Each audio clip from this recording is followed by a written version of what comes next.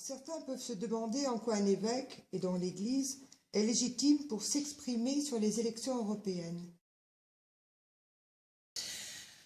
L'Évangile n'a pas été écrit pour les anges, l'Évangile a été écrit pour les hommes. Et tout ce qui regarde l'être humain concerne l'Évangile et donc concerne l'Église. L'Évangile, c'est la grande charte de la mission de l'évêque, de la mission de tous les chrétiens. Et donc c'est bien naturel que lorsqu'il y a des événements, ou bien des évolutions possibles, une recherche pour un plus grand bonheur, eh bien l'évêque s'intéresse forcément à cette question. À votre avis, quels sont les points d'attention sur lesquels les électeurs doivent veiller avant d'élire un député européen ? Comme chacun a pu le constater, ou bien l'entend, parce que ça reste un peu flou, un certain nombre d'éléments de notre vie quotidienne dépendent de l'Europe. Mais ce n'est pas tellement cela qui m'intéresse sur le fond.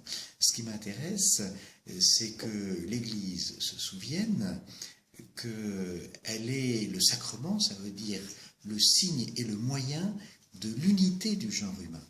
C'est-à-dire tout ce qui fait communauté, tout ce qui rassemble, tout ce qui permet aux personnes de s'enrichir mutuellement par leur culture, par leur histoire, par leur vision d'avenir, eh bien se mettent en commun.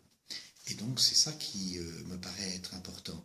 Qu'est-ce qui va permettre que les vraies richesses développées par les pays européens, par les Européens eux-mêmes, produisent un mieux pour les autres. Alors, je crois que la dignité de la personne humaine, depuis sa conception jusqu'à sa mort naturelle, est un point de repère très important.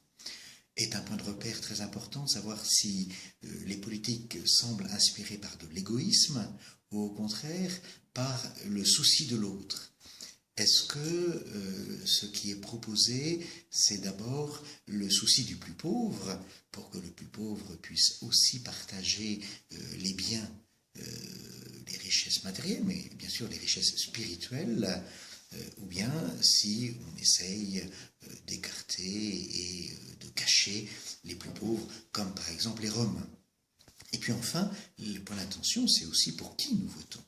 Alors ça, c'est des fois plus compliqué, il y a 23 listes dans le sud-est, mais moi je me suis engagé à regarder au moins chaque tête de liste, essayer de comprendre quelle était cette personne, sa personnalité, pour que cela entre aussi en ligne de compte dans mon vote.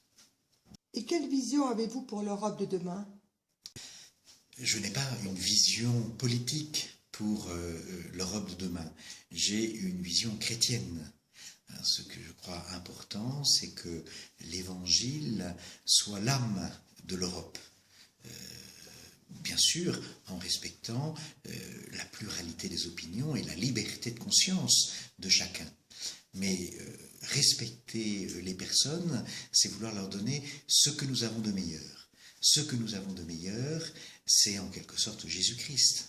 Et ce qu'il nous a laissé dans l'Évangile et ce qui a été façonné, fécondé par l'histoire humaine et l'Évangile, c'est cela que sans cesse nous devons apporter, autrement dit une nouvelle évangélisation, un renouveau spirituel pour l'Europe.